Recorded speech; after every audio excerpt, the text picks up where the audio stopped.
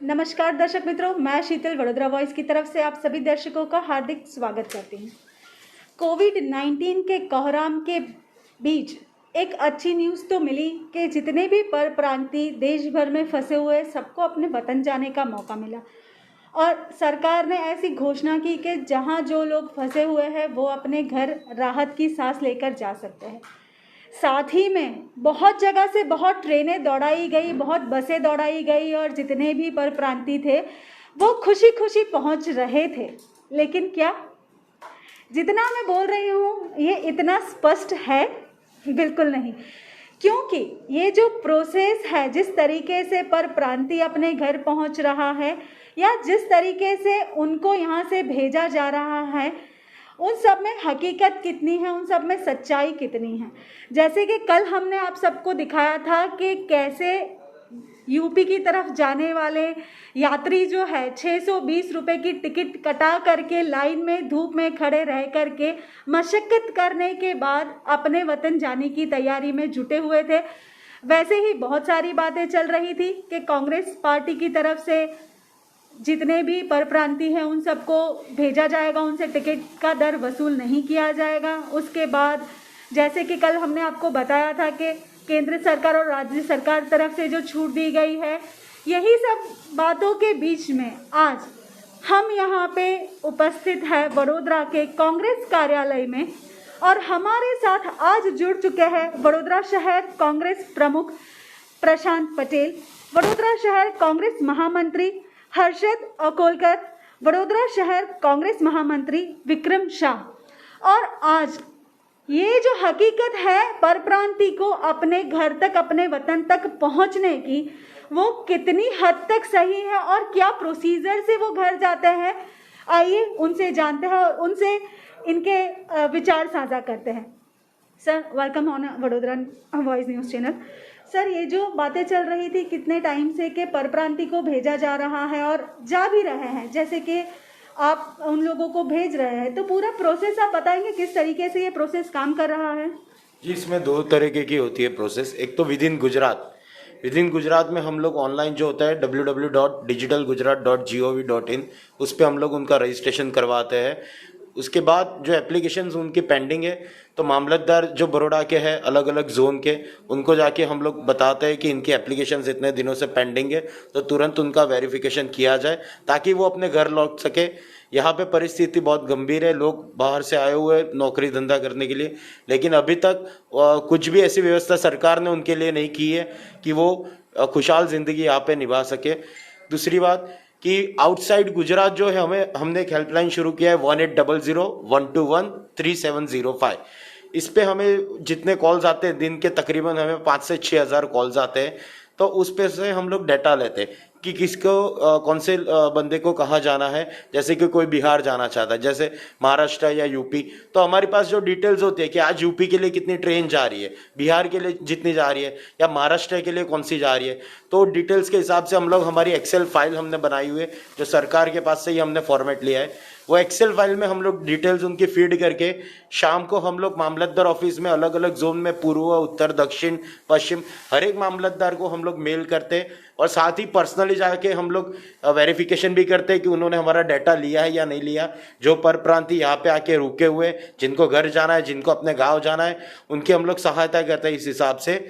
दूसरी बात कि हम लोग ये चेक भी करते हैं कि अगर किसी के पास पैसे नहीं है, अगर सच्ची में वो इंसान वो खर्चा नहीं कर सकता है टिकट का, तो कांग्रेस पार्टी अपनी तरफ से उनकी टिकट रिजर्वेशन के पैसे देते हैं ताकि वो घर आराम से पहुंच सके और घर पे जाके वो स्टे होम का ये कोविड-19 से दूर भी रह सकते हैं।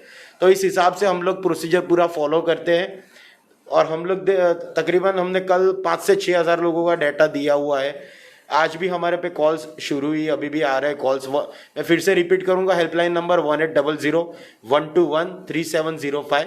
अगर कोई भी वडोदरा सिटी में या आउटसाइड सिटी से भी अगर किसी को घर पे जाना है तो ये हेल्पलाइन नंबर पे फ़ोन कर सकते हैं ताकि हम लोग उनकी सहायता कर सके, वो आगे बढ़ सके, वो अपने घर शांति से जा सके।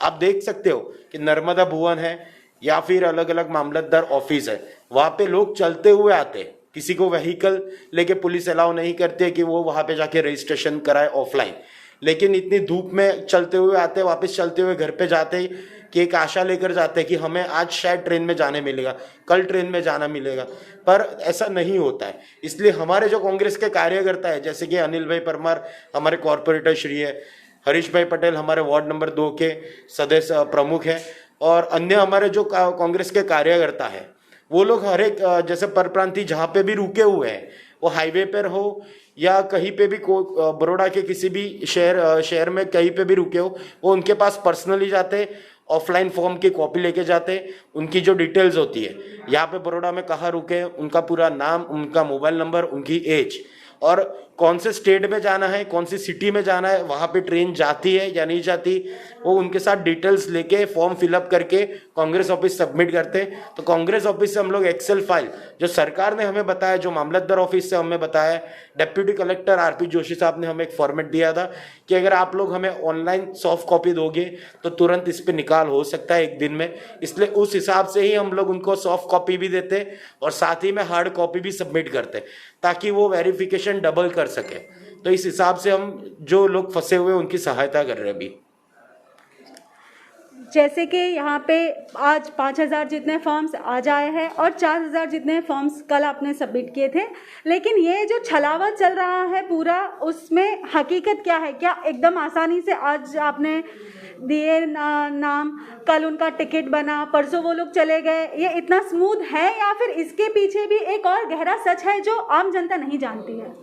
जी, ये दिखता है जैसे कि सोशल मीडिया पे बता रहे हैं कि बहुत स्मूथली चल रहा है, उतना स्मूथली नहीं है।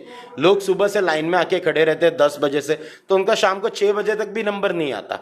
अगर नंबर आ भी जाता है, वो रजिस्ट्रेशन करवाते भी है दिन में, तो उसके बावजूद उनको तुरंत जाने के लिए नहीं मिलता, क्योंकि सरकारी कर्मचारी बहुत कम है, उनके पास उतना साधन नहीं है, उनके पास कंप्यूटर्स नहीं है। वो लोग हमें खुद बताते हैं कि ऑफलाइन बोले हम लोग जब नोट करते हैं, उसके बाद हमें डाटा फीड करना पड़ता है। डाटा फीड करने के बाद जो गुजरात के नोडल ऑफिसर है गांधीनगर में, वो लोग उनको डाटा फॉरवर्ड करते हैं। जब नोडल ऑफिसर वहां से ग्रीन सिग्नल देते हैं कलेक्टर ऑफिस वडोदरा को, तब जाके उनको कॉल किया जाता है।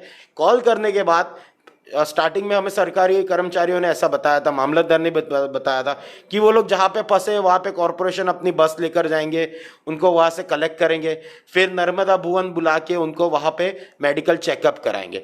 फिर उसके बाद हम लोग बोले टिकट का रिजर्वेशन टिकट की उनके ये दे देंगे उनको, और उसके बाद हम लोग उनको रेलवे स्टेशन भी ड्रॉप करेंगे। लेकिन अभी हकीकत ज़मीनी ऐसी है कि वहाँ पर ये लोग बस भी नहीं भिजवा रहे, लोगों को ऐसा फ़ोन करके बताते कि ये एरिया में आपका मेडिकल चेकअप हुआ तो आप चलते हुए आइए। अब आप देख सकते हो कि बड़ौदा में 43 डिग्रीज अभी गर्मी है, तो चलते हुए लोग आएंगे और उनको वापस टाइम भी नहीं दिया जाता। उनको 4 या 5 घंटे पहले ही फ़ोन करके बताते कि साहब आपकी ट्रेन रेडी है, आप तुरंत आ जाइए। अगर मेडिकल चेकअप के लिए भी चलते हुए जाते तो तकरीबन 1-1.5 घंटा तो वही लगता है।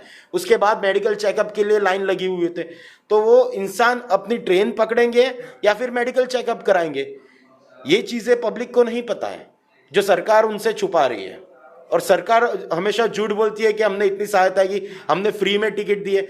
अभी तक किसी को भी फ्री में टिकट नहीं दी हुई है, ये ज़मीनी हकीकत है, मीडिया ने भी बताई हुई है, लेकिन सरकार इसके बारे में कुछ बोलना नहीं चाहते। जैसे कि मैंने कल सुना कि वडोदरा के जो सांसद है, कल वडोदरा की जो मीडिया थी, जितनी भी लोकल मीडिया थी, उन लोगों ने उनसे सवाल किया वडोदरा के सांसद को कि सरकार ने वादा किया था कि फ्री टिकट देंगे, लेकिन ये सवाल सुनते ही वडोदरा के सांसद माइक छोड़ के भाग गए। ये बहुत ही शर्मजनक बात है कि वडोदरा के सांसद वडोदरा के नागरिक के हित में आज नहीं खड़े हैं, सिर्फ दिखावे के लिए फूड पैकेट और पानी की बोतल दे रहे हैं। यानी ज़मीनी हकीकत बहुत अलग है, जो मैं वॉइस ऑफ वडोदरा वॉइस के थ्रू मैं बताना चाहूँगा कि पब्लिक भी जाने कि सच क्या है और झूठ क्या है।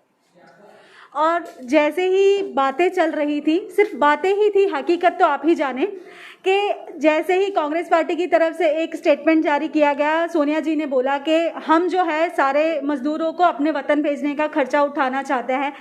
उनके एक स्टेटमेंट के बाद तुरंत ही एक और स्टेटमेंट आया कि केंद्र सरकार और राज्य सरकार जो है वो बोल रही है कि हम अपने खर्चे से उन लोगों को भेजेंगे। 85% प्लस 15% का उन लोगों को राहत दिया गया। उसके बाद भी हर एक इंसान को यहाँ पे 600, 700, 800 रुपए तक देने पड़ रहे हैं। उसके बारे में आप क्या कहेंगे? जैसे कि कल मीडिया में मैंने देखा था, पहले बिहार की टिकट थी 550 रुपये या तकरीबन 500 थी, लेकिन कल जो बिहार के लिए पहली ट्रेन बड़ौदा से गई थी उसमें 850 रुपये चार्जेस लिया, यानी 300 ज्यादा क्यों लिया? सोशल डिस्टेंसिंग के नाम से ये लोग क्यों ऐसे बेवकूफ बना रहे? क्योंकि कल ही हमने वेरीफाई भी ये किया कि बड़ौदा से ट्रेन जाती है तो छोटा उदयपुर भी रुकती है, छोटा उदयपुर से भी पैसेंजर्स भरे जाते हैं, यानी इसका मतलब कि सोशल डिस्टेंसिंग नहीं होता है। प्लस कि डबल फेयर भी ये लोग उठा रहे, सरकार अभी कमा रही है। ये कमाना क्यों है? जब आप यहाँ पे एडवर्टाइजमेंट दे रहे हो, पब्लिक को बता रहे हो कि 85% सेंट्रल गवर्नमेंट देगी, 15% स्टेट गवर्नमेंट देगी, तो ये जो आप पैसा ले रहे हो वो किस चीज का आप ले रहे हो? इसका जस्टिफिकेशन कौन देगा?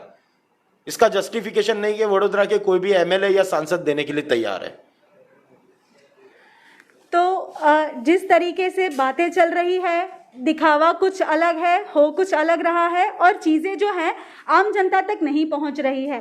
तो ये थे हमारे साथ वडोदरा शहर कांग्रेस महामंत्री हर्षद जी। घर पे रहिए, सुरक्षित रहिए, लेकिन साथ ही में बहुत गरीब इंसान हैं हमारे आसपास में, सबकी मदद करते रहिए। वडोदरा वॉइस से विशाल ठाकुर के साथ मैं शीतल, जय हिंद।